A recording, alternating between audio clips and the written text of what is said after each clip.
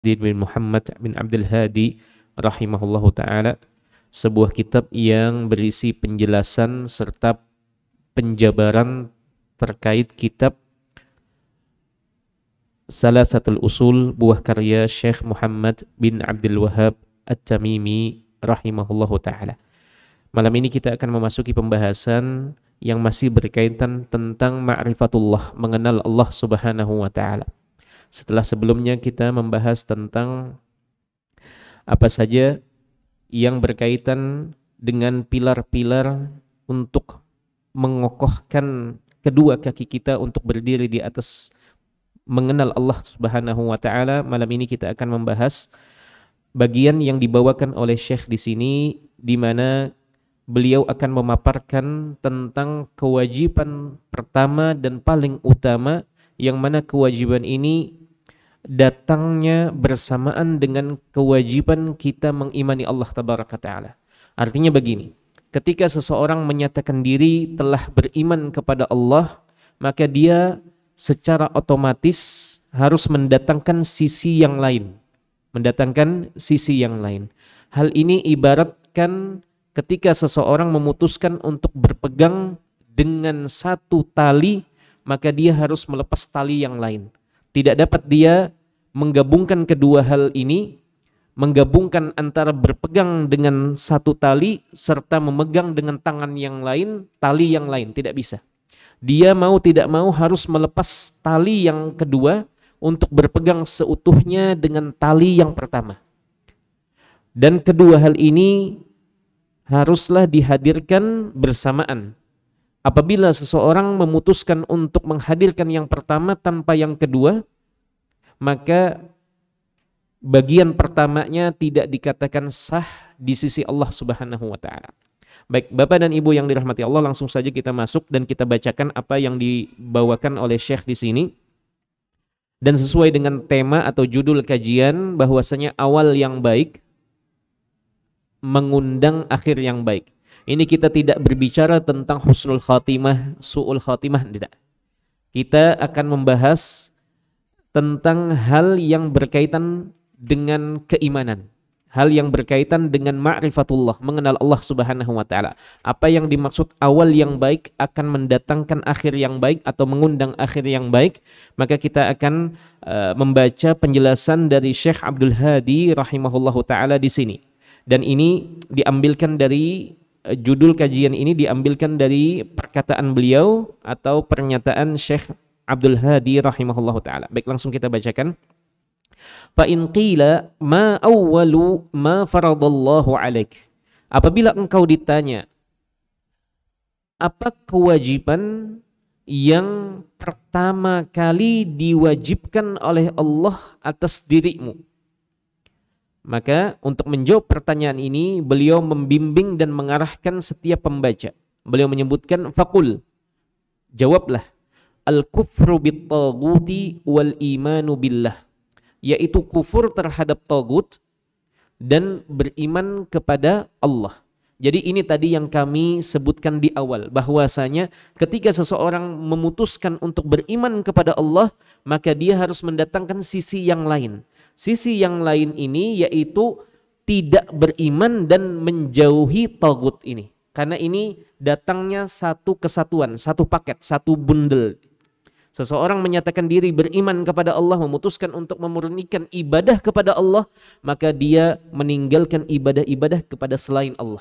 Ibadah-ibadah kepada selain Allah. Artinya ketika seseorang memutuskan untuk mempersembahkan segala persembahan dan penghambaan diri kepada Allah, maka di sisi yang lain dia melepas segala penghambaan dirinya kepada selain Allah Subhanahu wa taala. Dan ini yang disebutkan oleh Syekh, bahwasanya apabila engkau ingin betul-betul mengenal Allah Subhanahu wa taala, di mana engkau sudah dibawa oleh penulis bahwasanya untuk mengenal Allah Tabaraka Ta'ala, engkau mengenal siapa yang menciptakanmu, siapa yang memberikan rizki kepadamu, dan siapa yang mengatur seluruh urusanmu, siapa yang memegang kendali kebaikan dan keburukan, kenikmatan dan kemudaratan pada dirimu. Itu pertama. Kemudian setelah itu kita diajak oleh penulis untuk merenungi bahwasanya di mana keberadaan Allah yang telah menciptakan kita dan mengatur urusan kita ini. Setelah itu kita dibawa kepada pertanyaan yang ketiga. Ada yang masih ingat? Pertanyaan yang ketiga adalah kita diajak oleh penulis untuk memperhatikan terkait ketaatan. Karena ketaatan itu adalah bagian dari penghambaan diri kepada Allah Subhanahu wa taala. Maka yang keempat ini dibawakan oleh Syekh di sini bahwasanya ketika engkau ingin mendalami lebih jauh untuk mengenal Allah Subhanahu wa taala, maka ketahuilah kewajiban dan perintah yang pertama harus engkau tunaikan adalah beriman kepada Allah, dan di sisi lain engkau mendatangkan sikapmu untuk menolak segala bentuk dan jenis tagut. Segala bentuk dan jenis tagut, kata beliau. Baik, kita ambil penjelasannya. Di sini disebutkan bahwasanya yang demikian itu yaitu perintah untuk beriman kepada Allah dan juga perintah untuk menjauhi selain Allah yang dimasukkan dalam kategori tagut, maka itu merupakan awwalu da'watin Nabi sallallahu alaihi wasallam qabla syara'il islami kulliha. Karena itu merupakan dakwah yang pertama, ajakan yang pertama diserukan oleh baginda Nabi sallallahu alaihi wasallam jauh sebelum perintah-perintah terkait ibadah-ibadah yang kita kenal saat ini. Maka perintah untuk beriman kepada Allah dan mengingkari sesembahan selain Allah itu adalah perintah pertama jauh sebelum perintah untuk menunaikan salat. Jauh sebelum perintah untuk menunaikan puasa Ramadan dan ibadah-ibadah yang lain. Pertama kali Nabi SAW diutus dan ditunjuk sebagai seorang nabi dan utusan, hal yang pertama kali beliau seru orang-orang di masa itu adalah untuk memurnikan ibadah kepada Allah, dan itu berdiri di atas dua pilar. Itu tidaklah terwujud kecuali dengan dua hal. Yang pertama adalah hanya mempersembahkan ibadah kepada Allah atau beriman hanya kepada Allah. Yang kedua adalah menepis segala penghambaan diri kepada selain Allah. Dan ini pula makna dibalik ucapan kita, syahadat kita, la ilaha illallah, la ilaha illallah. Di situ kita menetapkan hanya untuk Allah dan kita menepis serta menjauhkan segala penghambaan diri kita kepada selain Allah Subhanahu wa taala. Baik. Kemudian beliau Syekh Abdul Hadi di sini mengingatkan bahwasanya wa 'alal bidayati tasluhu an-nihayat. Apa yang bagus di permulaan, maka yang ada di permulaan itu juga cocok untuk menghampiri di bagian akhir atau di bagian nihayahnya. Beliau mengatakan di sini, faman saluhat bidayatuhu saluhat nihayatuhu.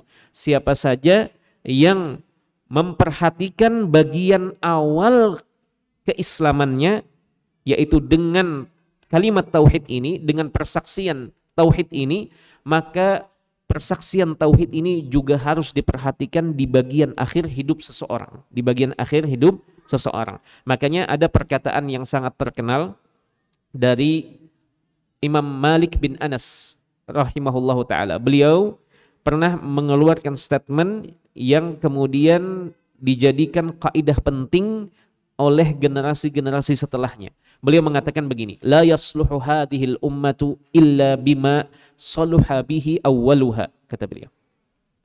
Tidak akan pernah bagus, tidak akan pernah baik, dan tidak akan pernah berhasil upaya pembenahan dan perbaikan umat ini kecuali dengan apa yang dilakukan pada generasi awal, generasi pertama. Yaitu generasinya siapa? Generasinya para sahabat Nabi SAW. Berbagai macam model pelanggaran itu sudah dijalani oleh sebagian sahabat Nabi SAW di masa jahiliyah mereka. Mau model apa saja ada. Mengagungkan dan menyembah patung berhala itu pernah dilakoni oleh sebagian sahabat Nabi SAW. kemudian melakukan perbuatan-perbuatan yang kita kenal itu adalah dosa-dosa besar. Para sahabat pernah, atau sebagian sahabat pernah merasakan hal itu. Makanya mereka merasakan kelamnya masa lalu mereka. Begitu mereka masuk ke dalam Islam, mereka segera berbenah diri dan bertujuan untuk menghapus segala dosa masa lalu mereka. Makanya kata Imam Malik, jika ingin generasi kita ini, setelah generasi pertama, jika ingin generasi ini baik, perbaikannya lebih terasa, maka gunakan metode yang sama yang pernah dilakukan pada generasi pertama juga. Generasinya para sahabat. Karena mereka juga pernah merasakan kelamnya masa jahiliyah. Maka jemaah sekalian yang dirahmati Allah, para ulama menyebutkan bahwasanya jika kita ingin baik, jika kita ingin memperbaiki keluarga kita, memperbaiki masyarakat kita dan kaum muslimin secara umum, maka hendaklah melakukan dan menempuh metode seperti metode yang Rasulullah SAW tanamkan dan praktekkan kepada generasi para sahabat beliau SAW. Apa saja contoh-contoh atau metode yang digunakan yang ada pada generasi pertama? Yang pertama adalah penanaman iman yang kuat pada diri para sahabat Nabi SAW. Itu yang dilakukan oleh Nabi SAW. Nabi berdakwah selama tinggal di kota suci Mekah berapa tahun? 11, 10, 13. Baik, Nabi selama 13 tahun. Dan juga tidak hanya fokus agar keimanan ini benar-benar menancap kuat di diri orang-orang yang beriman pada saat itu. Nabi SAW juga dibekali dengan ayat-ayat Al-Quran yang memang fokus membahas tentang keimanan kepada Allah dan juga keimanan kepada hari akhir. Itu terus yang disampaikan oleh Nabi SAW. Dan karena Nabi SAW betul-betul fokus dan membangun dasar dan pondasi yang kuat, maka tumbuhlah generasi yang memiliki keimanan yang menancap kuat pada diri mereka. Tercatat bagaimana perjuangan Bilal bin Rabah ketika disiksa dengan berbagai bentuk penyiksaan oleh majikannya bersama teman-temannya, bersama tokoh-tokoh Quraisy. Bagaimana Bilal radhiyallahu ta'ala anhu ketika dibaringkan di atas padang pasir yang saat itu di siang hari dengan cuaca yang terik, Bilal dipaksa untuk keluar dari agama Nabi SAW. Namun Bilal dengan tetap tidak bergeming dan tidak menuruti kemauan mereka. Bilal hanya mengatakan dalam kondisi lemah, tidak berdaya. Bilal memiliki kekuatan iman yang luar biasa karena iman sudah menempel kuat pada diri Bilal bin Rabah radhiyallahu taala anhu, di mana beliau mengatakan ahad, ahad, ahad. Hanya Allah yang satu, Allah yang esa. Baik, demikian pula kita tahu bagaimana kisah dari keluarga di mana terdiri dari seorang ayah, seorang ibu dan anak mereka. Keluarga siapa? Ammar bin Yasir. Bapaknya Yasir, ibunya Sumayyah dan anaknya Ammar. Mereka disiksa sampai akhirnya kedua orang tua dari Ammar bin Yasir itu merenggang nyawa karena siksaan yang luar biasa tidak dapat terbayangkan. Yang mungkin kalau kita atau sebagian besar kita hidup di zaman itu mungkin tidak dapat membayangkan bagaimana sayatan, tusukan dan seterusnya, luka-luka menganga di sekujur tubuh kita, namun itu tidak membuat mereka bergeming dari keimanan. Itu yang pertama. Nabi SAW berusaha menanamkan keimanan yang kuat dan juga membangun pondasi yang kuat, sehingga ketika terpaan begitu kencang menggoyang pohon keimanan mereka, mereka tidak roboh di situ, tidak bergeming, tetap berada di jalur keimanan kepada Allah Subhanahu wa taala, dan sahabat-sahabat yang lain, sampai kemudian dimerdekakan oleh sahabat-sahabat yang punya kelebihan harta. Bilal dimerdekakan dan seterusnya. Baik, jemaah sekalian yang dirahmati Allah, itu yang pertama. Yang kedua, metode yang digunakan juga adalah fokus pada ilmu. Nabi SAW sering membersamai para sahabatnya. Beliau sering berkumpul di kota Mekah pada saat itu dengan gangguan yang ada, dengan intimidasi yang dilakukan oleh orang-orang Quraisy pada saat itu. Nabi SAW tetap mengusahakan untuk rutin bertemu dengan para sahabatnya dan mengajak orang-orang untuk masuk ke dalam Islam. Dan disebutkan di antara tempat yang sering berkumpul di situ kaum muslimin yang awal-awal masuk Islam itu tempat sahabat siapa? Arqam bin siapa? Arqam bin Abil Arqam. Baik. Kemudian yang ketiga, Nabi SAW menanamkan kepada generasi pertama adalah tamassuk bil wahyi, berpegang teguh dengan wahyu, berpegang teguh dengan wahyu. Dalam hal ini wahyu yang dimaksud adalah baik itu Al-Qur'anul Karim maupun hadis Nabi SAW. Karena hadis juga bagian dari wahyu, dan Nabi tidaklah menyebutkan suatu hadis melainkan itu juga dari bagian dari wahyu yang Allah berikan kepada Nabi SAW. Baik. Kemudian yang keempat adalah ittiba'un Nabi SAW. Para sahabat mereka diajarkan dan dididik dengan baik oleh Nabi SAW untuk mengikuti Nabi SAW dalam segala hal. Baik, yang kelima adalah Nabi mengajarkan kepada para sahabatnya generasi awal untuk senantiasa berijtihad, bersungguh-sungguh dalam melaksanakan apapun ketaatan yang terbuka di hadapan mereka. Makanya para sahabat Nabi SAW ketika Nabi menawarkan siapa yang mau mempersiapkan dan menyumbang untuk perbekalan yang akan disiapkan untuk rombongan yang akan diutus keluar kota Madinah, maka pada saat itu para sahabat berbondong-bondong. Yang punya kelebihan harta menyumbangkan, yang tidak diberikan kelebihan harta juga tercatat. Ini sejarah dalam kisah perang Tabuk.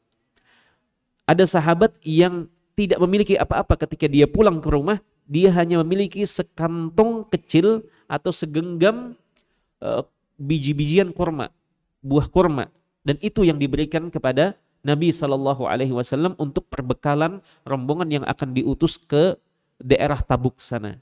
Dan sampai pada saat itu orang-orang munafikin di kota Madinah melihat dan mengejek, mengolok-olok sahabat-sahabat yang ikut serta dalam memberikan sumbangsih dan kontribusi, namun dianggap oleh mereka itu adalah hal yang tidak bermanfaat atau tidak memberikan dampak yang signifikan. Namun Nabi SAW tentunya membesarkan hati para sahabat beliau SAW. Yang keenam adalah Nabi mengajarkan para sahabatnya untuk menjauhi kemaksiatan,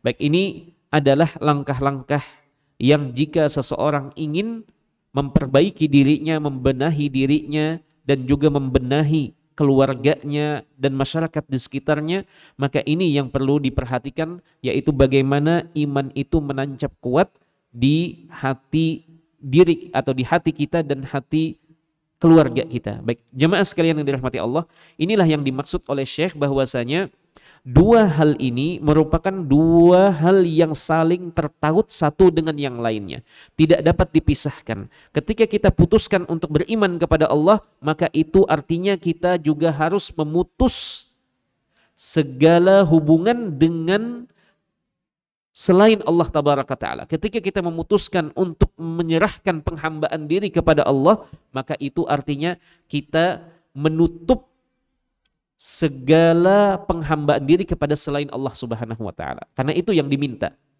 Itu yang namanya pemurnian ibadah, pemurnian penghambaan diri kepada Allah.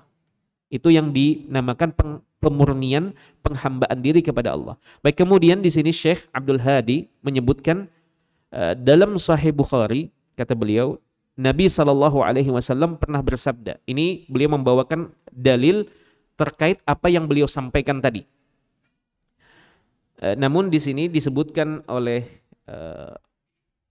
Syekh Hasan Al-Awaji, beliau menyebutkan bahwasanya nampaknya terjadi atau terdapat kekeliruan dalam pencantuman hadis ini, bahwasanya hadis ini sebenarnya ada di Sahih Muslim. Entah beliau memang di sini tidak menemukan hadis ini di dalam Sahih Bukhari. Wallahu taala alam, yang jelas hadis ini adalah hadis yang sahih, dikeluarkan oleh Imam Muslim rahimahullahu taala. Dari Nabi SAW beliau bersabda, "Man qala la ilaha illallah wa kafara bima yu'badu min dunillah harama maluhu wa damuhu wa hisabuhu 'ala Allah azza wa jalla." Kata Nabi SAW, barang siapa menyatakan la ilaha illallah, tidak ada ilah yang berhak disembah kecuali hanya Allah, sisi yang lain satu paket, wa kafara bima yu'badu min dunillah, dia tidak hanya menyatakan diri sebagai orang yang beriman kepada Allah dengan kalimat tauhid tadi, tetapi dia juga menyatakan diri berpisah dan kufur terhadap sesembahan yang disembah selain Allah. Maka kata Nabi SAW, dia telah diharamkan hartanya dan darahnya. Artinya, maka darahnya tidak boleh ditumpahkan dan hartanya tidak boleh diambil. Menjadi bagian dari kaum muslimin, menjadi bagian dari orang yang beriman kepada Allah. Wa hisabuhu 'ala Allah azza wa jalla, dan mulai penghisaban, mulai perhitungan apa saja yang dikerjakannya setelah itu. Baik, jemaah sekalian yang dirahmati Allah. Kemudian Syekh Abdul Hadi di sini membawakan tentang pengertian dan definisi togut. Apa sih artinya togut di sini? Beliau menyebutkan di sini togut adalah kata di dalam bahasa Arab dan digunakan oleh syariat untuk menunjukkan segala sesuatu yang disembah selain Allah. Jadi selain Allah yang disembah, diagungkan, dikultuskan, maka itu masuk ke dalam kata dari togut ini. Dalilnya adalah firman Allah, selain dari hadis tadi, firman Allah dibawakan oleh Syekh di sini, firman Allah dalam surat An-Nahl ayat 36. Allah tabaraka taala di situ berfirman, "Walaqad ba'atsna fi kulli ummatir rasulan an i'budullaha wajtanibut tagut." Ini satu paket. Ini satu paket. Kata Allah tabaraka wa taala, dan sungguh kami telah mengutus pada setiap umat itu seorang utusan. Apa tugas seorang utusan ini? Untuk mengajak dan memerintahkan masing-masing umat untuk menyembah Allah dan meninggalkan tagut. Meninggalkan tagut. Jadi ini adalah dua sisi yang saling terkait, satu dengan yang lainnya tidak dapat dipisahkan. Baik, jemaah sekalian yang dirahmati Allah, kemudian penulis asli yaitu Syekh Muhammad At-Tamimi rahimahullahu taala menyebutkan di sini wat tawaghitu katsirah. Dan tawagid atau togut itu banyak sekali bentuknya atau jenisnya. Beliau mengatakan ubghiduhum wa uadihim ila yaumil qiyamah. Aku membenci mereka semua dan aku memusuhi mereka semua sampai hari kiamat. Apa maksudnya di sini? Baik, kata Syekh Abdul Hadi selaku yang mensyarah dan menjelaskan, beliau mengatakan, adapun pengertian dari membenci dan menjauhi tagut-tagut tersebut, hal ini dalam rangka pelaksanaan dan penunaian perintah Allah tabaraka wa taala di dalam surat Al-Mujadalah atau Al-Mujadilah ayat ke-22. Allah tabaraka wa taala berfirman, "La tajidu qauman yu'minuna billahi wal yaumil akhir yuwadduna man haddallah." Engkau tidak mendapati orang-orang yang menyatakan diri beriman kepada Allah dan hari akhir, mereka menunjukkan cinta mereka, loyalitas mereka kepada orang yang menentang dan memusuhi Allah. Karena ini bertentangan dengan sikap mengimani kepada Allah. Tetapi perlu diperhatikan juga, Ayat-ayat yang membicarakan terkait hal ini bukan berarti membolehkan kita untuk melakukan kezaliman kepada orang-orang yang tidak beriman kepada Allah. Ini dilarang. Ini dilarang. Bahkan dalam hadis Nabi SAW memberikan peringatan yang keras. Man qatala mu'ahadan. Barang siapa yang menghilangkan nyawa orang non-muslim yang mu'ahad. Yang mu'ahad ini di dalam Islam itu, orang non-muslim itu ada empat jenisnya. Yang pertama ada yang namanya kafir harbi namanya. Dia adalah non-muslim yang melakukan penyerangan kepada kaum muslimin. Harbi namanya. Dia berusaha untuk melakukan penyerangan kepada kaum muslimin. Maka ini hukumnya tersendiri. Ini hukumnya disendirikan. Tetapi yang tiga yang lain ini tidak boleh diapa-apakan, tidak boleh diganggu dan tidak boleh dirampas hartanya. Yang kedua adalah non-muslim yang masuknya mu'ahad. Mu'ahad ini adalah dia yang memiliki perjanjian damai dengan kaum muslimin. Misalkan ada dua kampung bertetangga. Yang satu kampung muslim, yang satu kampung non-muslim. Kemudian terjadi kesepakatan damai, tidak boleh saling ini. Maka ketika hal itu dilanggar, maka yang dihukum adalah siapapun yang melanggar hal tersebut walaupun dia adalah orang Islam. Baik. Kemudian yang ketiga adalah namanya non-muslim musta'man namanya.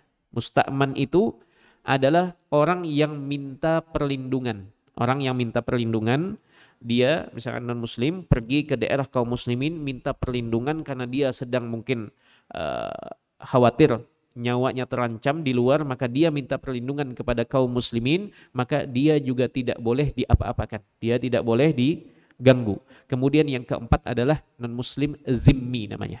Zimmi itu yang dia tinggal bersama kaum muslimin di dalam kaum muslimin. Dia mencari nafkah di situ, tinggal bertetangga dengan kaum muslimin.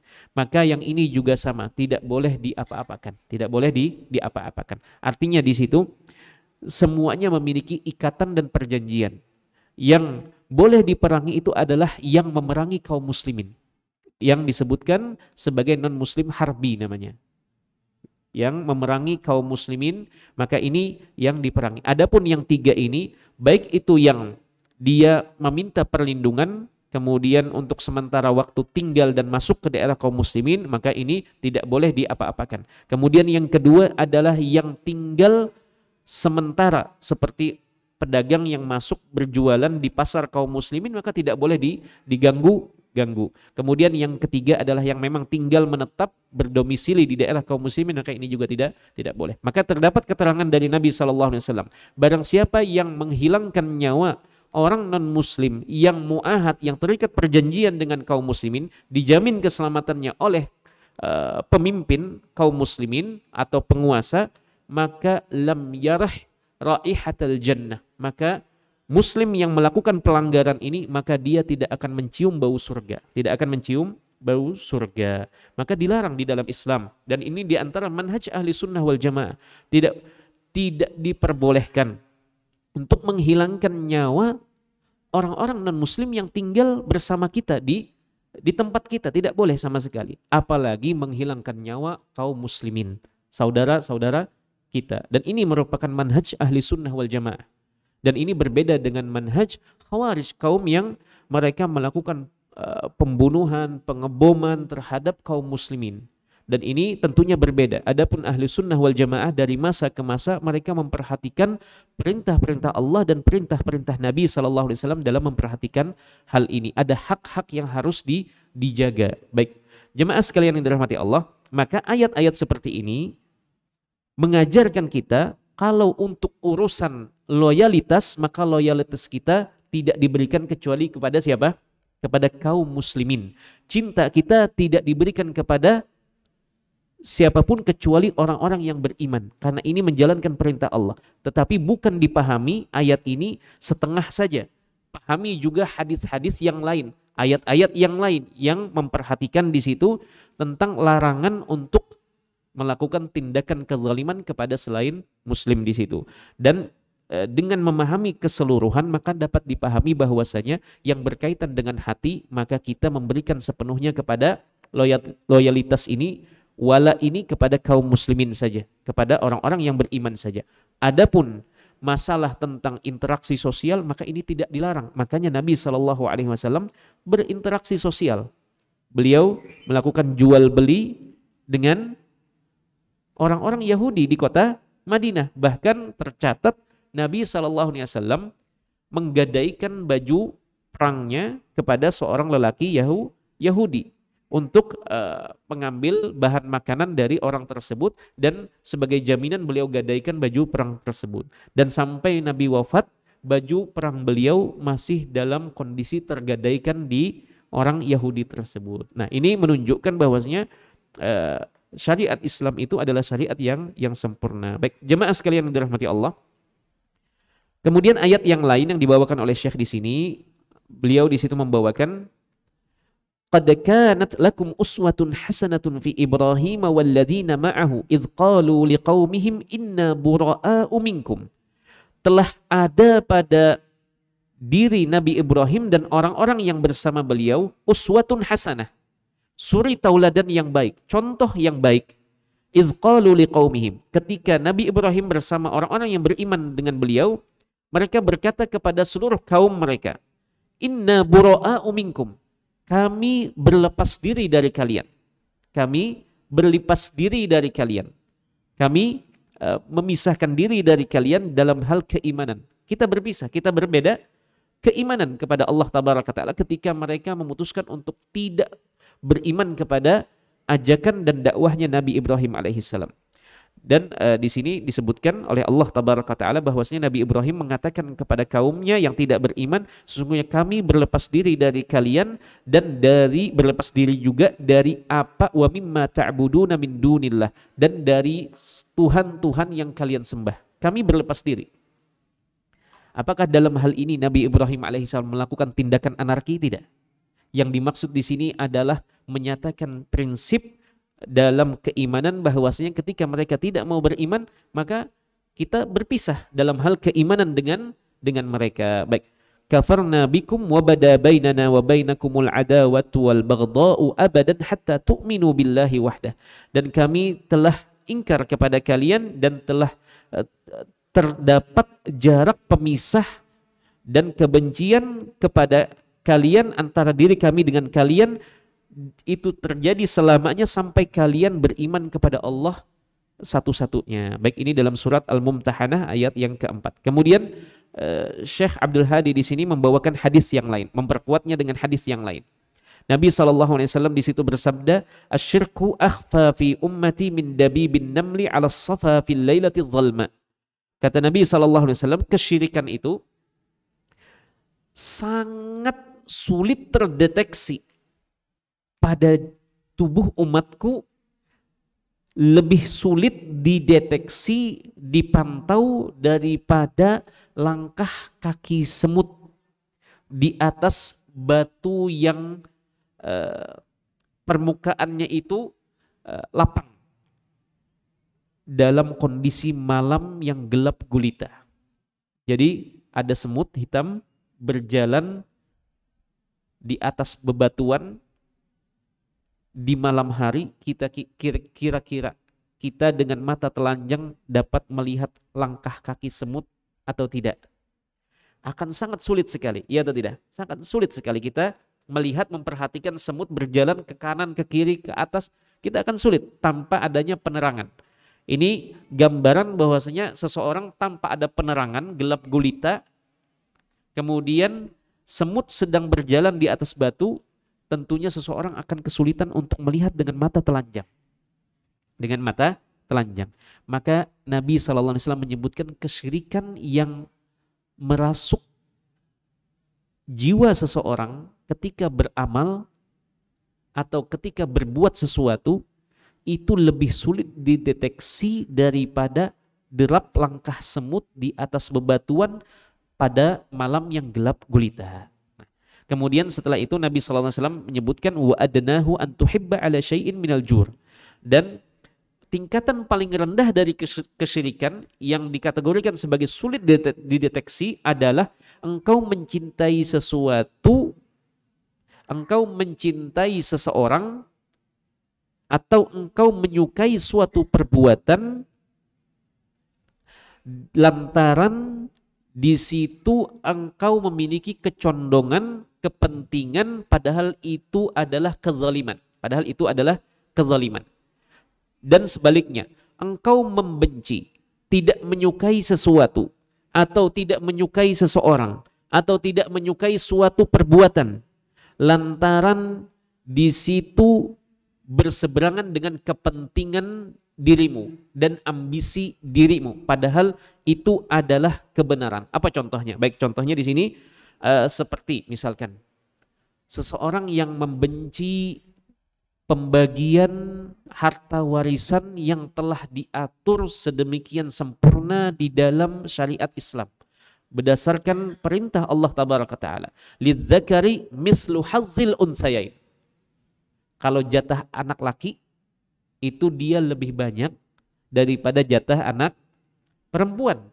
Itu adalah kaidah yang disepakati oleh para ulama, bahwasanya ketika orang tua meninggal, sang ayah meninggal, kemudian memberikan warisan atau meninggalkan warisan, kemudian di situ ada anak laki dan anak perempuan, maka anak laki ini dia mendapatkan harta warisan itu 2 kali lipat, jumlahnya lebih besar daripada apa yang didapat oleh anak perempuan. Maka ketika ada yang membenci hal ini, padahal itu adalah keadilan dari Allah tabaraka wa ta'ala, maka ini juga dikategorikan masuk ke dalam kesyirikan yang terselubung, yang senyap ini. Kenapa? Karena dia memiliki kecondongan kepada harta dan menganggap bahwasanya apa yang telah dibagikan ini tidak adil, tidak adil. Maka ini kata Syekh di sini bahwasanya membenci sesuatu atau membenci seseorang atau membenci atau tidak menyukai suatu perbuatan padahal itu adalah keadilan, maka ini merupakan salah satu indikator mengarah kepada kesyirikan yang terselubung, yang sulit dideteksi oleh seseorang pada dirinya. Contoh yang lain adalah zakat. Contoh yang lain adalah zakat. Seseorang merasa tidak menyukai jika hartanya ini harus dikeluarkan 2,5% setiap tahunnya. Tidak menyukai hal ini. Maka ini berdasarkan hadis ini yang dikeluarkan oleh As-Suyuti di dalam Al-Jami' As-Saghir, yang dibawakan oleh Syekh Abdul Hadi, bahwasanya itu juga termasuk hal yang berbahaya pada seseorang. Baik, kemudian setelah itu Syekh di sini menyebutkan wahal ad-dinu illa al-hubbu fillahi wal bughdu fillah. Bukankah agama ini dibangun di atas cinta karena Allah dan benci karena Allah? Bukankah Allah tabaraka taala berfirman, "Qul in kuntum tuhibbunallaha fattabi'uni yuhibbukumullah." Katakanlah wahai Rasulullah, apabila kalian betul-betul mencintai Allah, maka ikutilah aku. Maksudnya adalah ikuti Rasulullah sallallahu alaihi wasallam, yuhibbukumullah. Niscaya hasilnya Allah akan mencintai kalian. Baik, jemaah sekalian yang dirahmati Allah, nanti kita bawakan dalil yang lain. Kalau tadi adalah ayat yang dibawakan oleh Syekh Abdul Hadi, beliau selalu menggandengkan dengan hadis jika memang ada hadis yang berkaitan dengan apa yang beliau sampaikan ini. Baik, silahkan azan dulu, nanti kita lanjutkan.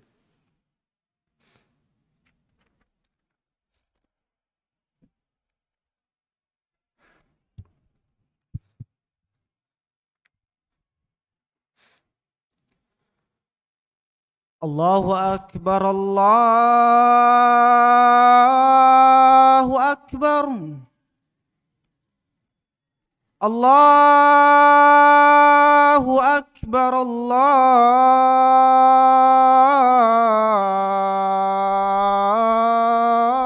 Akbar. Asyhadu an la ilaha illallah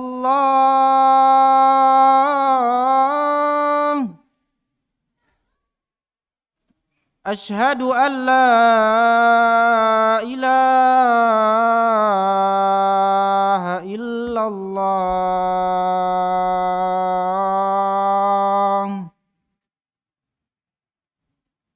أشهد أن محمد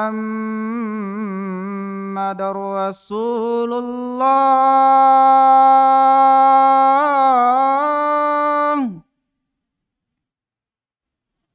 أشهد أن محمد رسول الله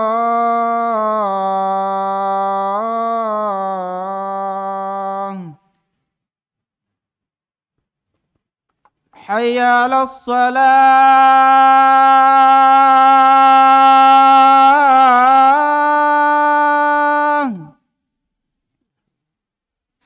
حي على الصلاة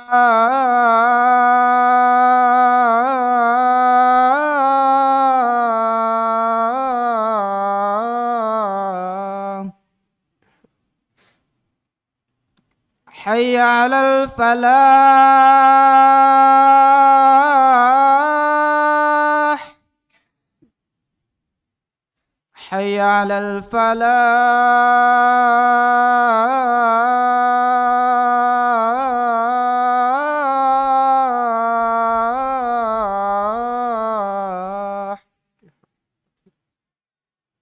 الله أكبر الله أكبر لا إله إلا الله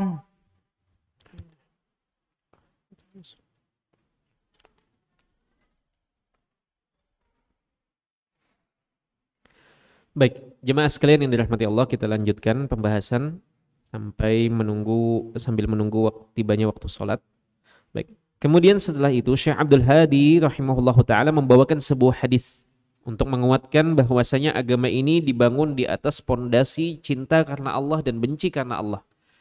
Dalam sebuah hadis yang dikeluarkan oleh Imam Abu Daud dan disahihkan oleh Syekh Al-Albani rahimahullahu taala, Nabi SAW pernah bersabda, "Man ahabba fillah wa abghadha fillah wa a'ta lillahi wa mana'a lillahi faqad istakmala al-iman."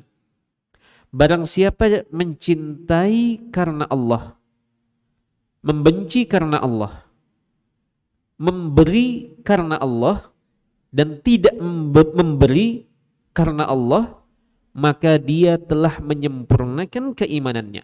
Jadi indikator kesempurnaan iman adalah dengan mencintai seseorang karena Allah dan membenci seseorang karena Allah. Memberi sesuatu kepada orang lain karena Allah dan menahan sesuatu pemberian kepada orang lain karena Allah. Baik, kita ambil penjelasannya karena mungkin akan sulit dipahami jika tidak dijelaskan. Apa maksudnya tidak memberi karena Allah? Tidak memberi karena Allah. Baik, kita ambil bagian pertama dahulu. Man ahabba fillah, barang siapa mencintai karena Allah. Maksudnya adalah seseorang mencintai saudaranya seiman karena landasan keimanan, karena sebab keimanannya, sebab ketaatannya, bukan karena limaslahatin dunyawiyah, bukan karena ada maslahat duniawi yang ingin diraih, bukan karena ada kepentingan kita kepada orang lain, kemudian kita menyatakan saya cinta karena Allah, saya menyukaimu, saya senang bersahabat denganmu. Bukan demikian. Yang dimaksud di sini, indikator kesempurnaan iman adalah seseorang mencintai, menyukai, serta senang bersahabat bertemu dengan orang lain sesama muslim, itu dikarenakan landasan keimanan. Landasan keimanan dan ketaatan atau kesolehan yang ada pada saudaranya tersebut. Bukan karena kepentingan dan ambisi pribadi. Bukan karena kepentingan dan ambisi pribadi. Ini tidak masuk dalam kategori barang siapa cinta karena Allah. Cinta karena Allah. Maka persahabatan yang paling awet adalah persahabatan karena Allah. Adapun persahabatan, pertemanan karena ada timbal balik atau karena ada kepentingan salah satu pihak, maka ketika kepentingan itu telah tercapai atau ketika pihak lain tidak memberikan apa yang diinginkan, maka bubar itu pertemanan dan persahabatan. Tetapi pertemanan dan persahabatan antara dua orang karena Allah, maka mau dalam kondisi terpuruk apapun keadaan duniawi seseorang, maka keduanya akan tetap bersahabat. Karena persahabatan tersebut dipupuk dengan keimanan dan cinta karena Allah. Karena Allah Subhanahu wa taala tanpa ada kepentingan terselubung atau ambisi individu. Baik. Kemudian Nabi SAW juga menyebutkan wa abghadha fillah. Seseorang tidak menyukai orang lain itu karena Allah. Tidak menyukai orang lain karena Allah, bukan karena fisik orang lain, bukan karena orang tersebut tidak punya harta, bukan demikian, tetapi dia tidak menyukai atau membenci orang lain itu karena Allah dalam artian karena landasan keimanan juga. Dia membenci kemaksiatan. Dia membenci kemaksiatan yang dilakukan oleh orang lain, yang dilakukan oleh temannya. Dia benci kemaksiatan tersebut. Dia tidak menyukai temannya ketika melakukan kemaksiatan itu. Maka dalam hal ini orang yang beriman ketika dia melakukan maksiat, maka dia dicintai sesuai dengan kadar keimanannya dan dia dibenci sesuai dengan kadar kemaksiatannya. Jadi presentasinya mungkin ketika dia hari itu benar-benar taat kepada Allah, tidak bermaksiat, maka kita mencintainya karena Allah, kita menyukainya karena Allah, dan kita senang melihatnya berada di atas ketaatan itu karena Allah tabaraka ta'ala, bukan karena kepentingan kita. Baik, ketika teman kita tersebut besoknya melakukan kemaksiatan, dia tinggalkan sholatnya atau dia minum minuman keras atau dia pergi ke tempat maksiat dan seterusnya, maka bukan berarti kita tetap memberikan cinta yang sama dengan kemarin. Tidak. Tetapi kita kurangi cinta kita dan kita naikkan benci kita pada saat itu, saat dia bermaksiat. Ketika dia tidak bermaksiat lagi, maka kembali lagi cinta kita karena Allah tabaraka ta'ala, karena keimanan dan ketaatan saudara-saudara kita. Bisa dipahami di sini. Makanya para ulama menegaskan bahwasanya orang Islam itu, orang beriman itu tidak boleh dibenci secara utuh 100%. Tidak boleh. Karena dia punya keimanan, dia punya ketaatan. Dan kita mencintai karena ketaatan dan keimanan tersebut. Jadi kadarnya itu naik turun, disesuaikan.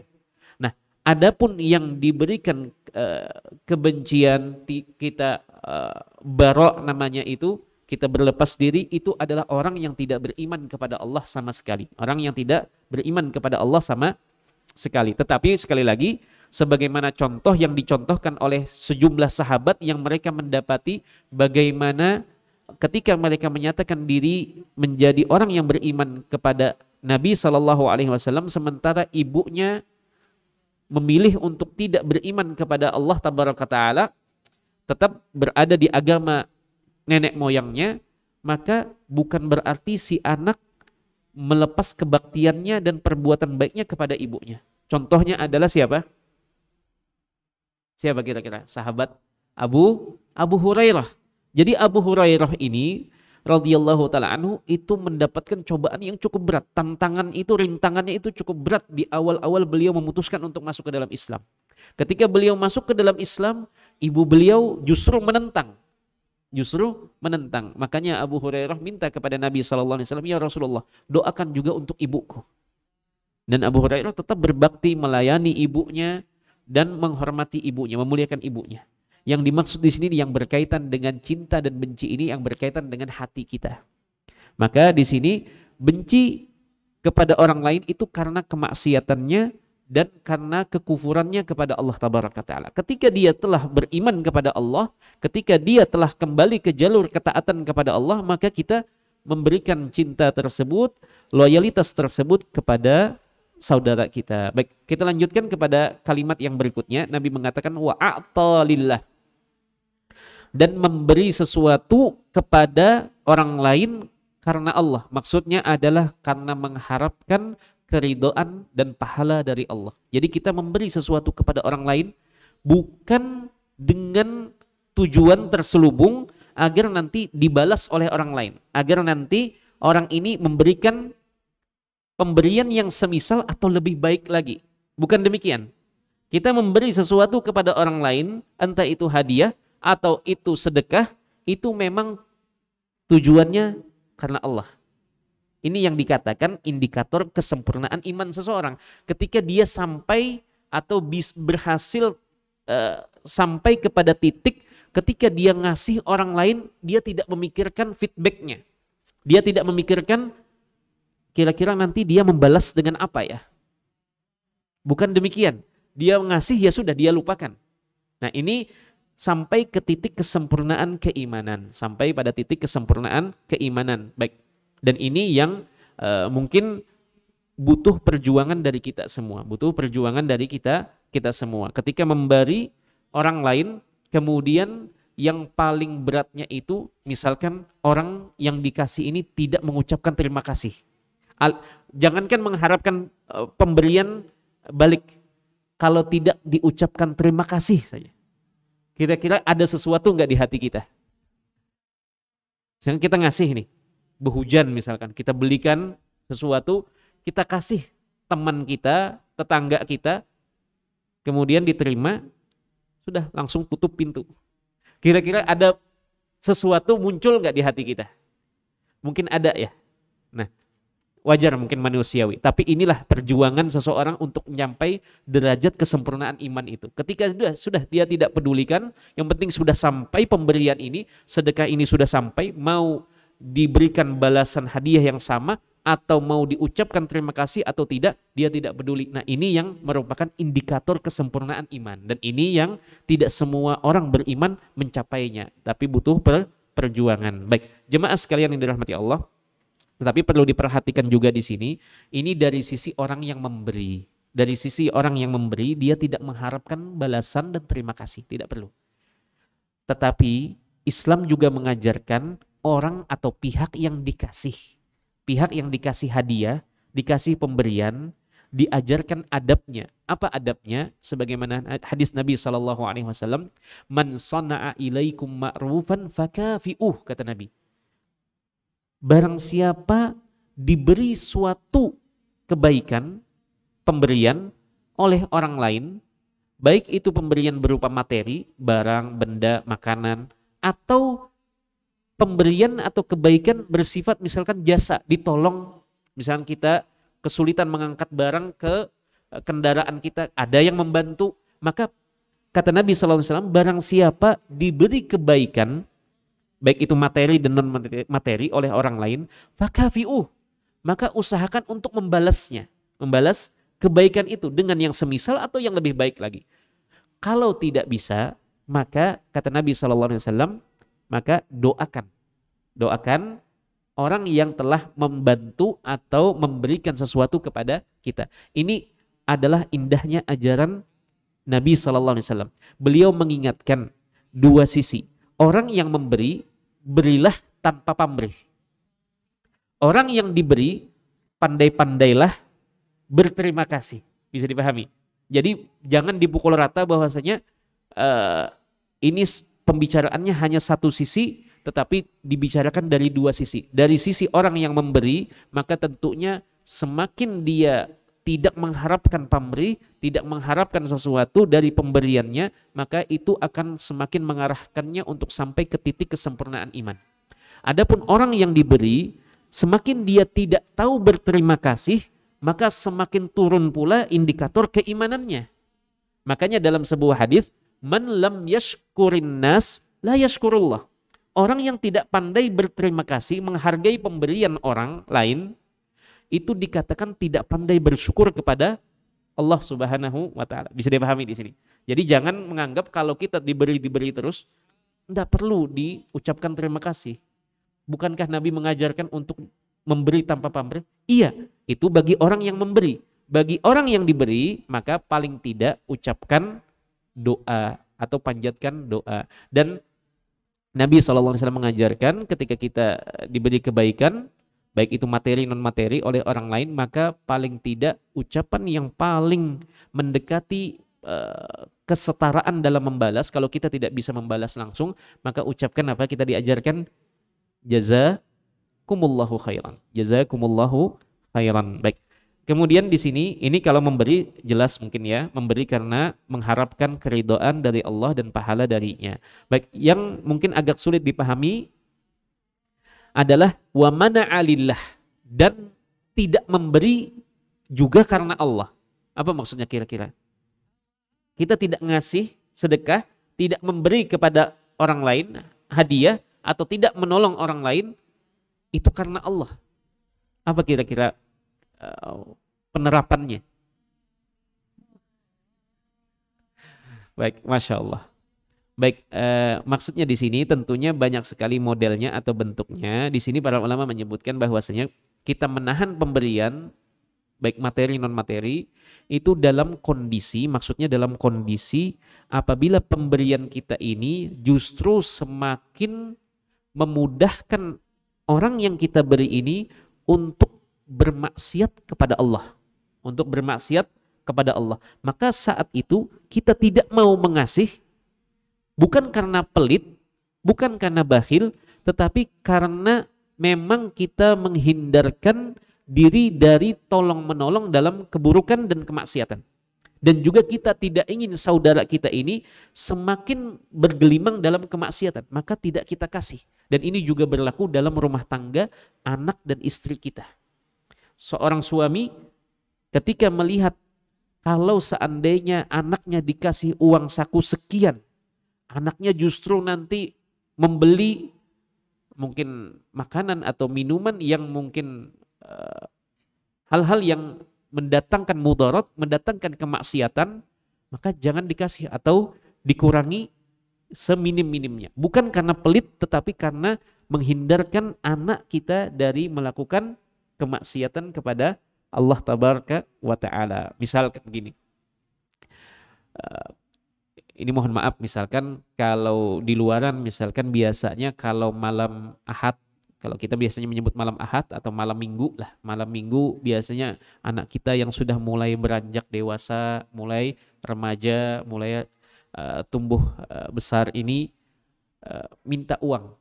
Untuk apa? Untuk keluar mungkin ke kafe di malam Minggu, nongkrong sama teman-temannya. Kalau kita lihat itu berdampak negatif dan justru mendatangkan kemaksiatan, misal tempatnya itu memutar musik, di situ bertemu dengan yang tidak, lawan jenis yang tidak halal, maka jangan dikasih. Maka sebagai seorang ayah atau sebagai seorang ibu, jangan kasih. Kasihnya malam Senin, kasihnya malam Selasa. Kalau mau makan, kasih gitu. Ya, bisa dipahami di sini maksudnya penerapannya tidak memberi itu karena Allah, bukan karena pelit. Jadi jangan sampai hadis ini dijadikan alasan untuk menutupi pelitnya kita kepada istri dan kepada anak. Bisa dipahami di sini ya. Intinya di sini yang dimaksudkan indikator kepada kesempurnaan iman manakala kita memberi atau memutuskan untuk tidak memberi itu karena memang murni untuk Allah Subhanahu wa Ta'ala. Baik. Makanya di sini disebutkan bahwasanya pemberian itu dibangun di atas maslahat syar'iyah, di atas kebaikan dari sisi agama, bukan dibangun di atas sifat kikir atau kebakhilan seseorang. Maka apabila pemberian kita kepada orang lain itu berpotensi atau berpeluang besar untuk disalahgunakan atau digunakan untuk bermaksiat atau semakin menambah kerusakan atau berkontribusi dalam kerusakan dari sisi agama, maka seseorang menahan hartanya atau menahan pemberiannya untuk tidak dikasihkan. Dan itulah kondisi seseorang, kata Nabi SAW, ketika dapat melakukan 4 hal tadi, mencintai karena Allah, membenci karena Allah, memberi karena Allah dan tidak memberi karena Allah, maka dia telah menyempurnakan keimanannya. Baik, semoga apa yang kita pelajari malam ini menjadikan kita semua hamba-hamba Allah yang betul-betul menghambakan dirinya kepada Allah Subhanahu wa taala, dan Allah memudahkan kita untuk mencapai titik atau derajat kesempurnaan iman tadi. Nanti kita akan lanjutkan pada pertemuan berikutnya insyaallah taala terkait penjelasan penulis di sini tentang apa saja yang dikategorikan sebagai sesembahan selain Allah Subhanahu wa taala. Di situ nanti disebutkan iblis termasuk togut di sini, kemudian orang-orang yang mengaku mengklaim mengetahui perkara gaib ini juga termasuk, dan nanti akan banyak pembahasan di sini tentang hal-hal ini, bahwasanya seseorang menghindari hal tersebut karena dapat merusak keimanannya dan tauhidnya kepada Allah Subhanahu wa taala. Wallahu taala alam. Mungkin sampai di sini. Sudah selesai sholat. Sudah. Baik, sambil menunggu apa ada pertanyaan atau ada yang ingin dijelaskan lebih detail lagi atau diulang, silakan ada di antara jamaah. Tidak ada? Baik, kita akhiri dengan doa kafaratul majlis. Subhanakallahumma wa bihamdika asyhadu an la ilaha illa anta astaghfiruka wa atubu ilaik. Assalamualaikum warahmatullahi wabarakatuh.